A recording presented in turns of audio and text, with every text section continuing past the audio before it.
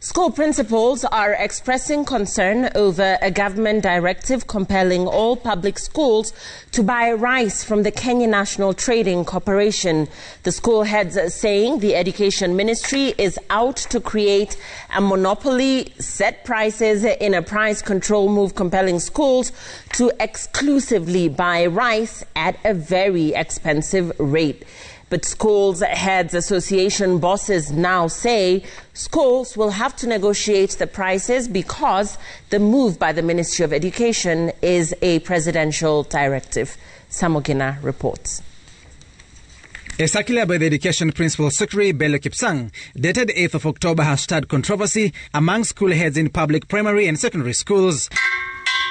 Just days before the partial reopening of schools across the country, the Education Ministry now wants all public boarding schools to purchase their rice supplies from the Kenya National Trading Corporation. This said to be in line with the Buy Kenya Build Kenya government initiative as directed by the President to empower the Trading Corporation to purchase all excess rice from Kano Plains and Mwea to be sold to disciplined forces, prison services and public schools. A move that has fomented a silent protest among a section of school heads across the country.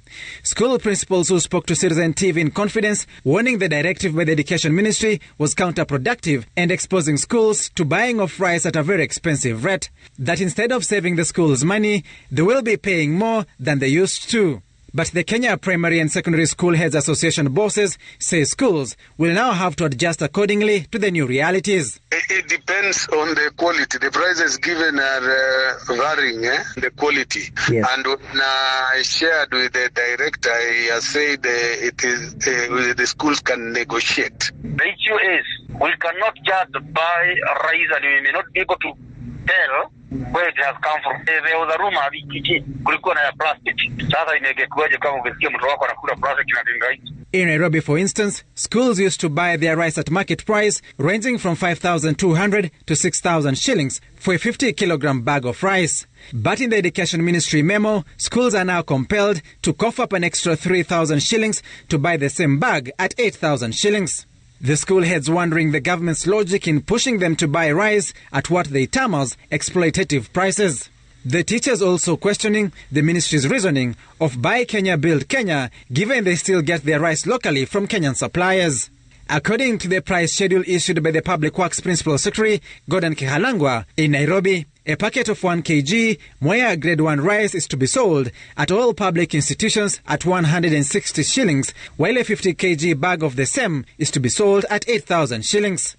Mwea Grade 2 will be sold at 155 shillings per kg, while a 50 kg bag to be sold at 7,750 shillings, and Ahero Sindano is to be sold at 105 shillings per kg, with its equivalent of 50 kg bag to be sold at 5,250.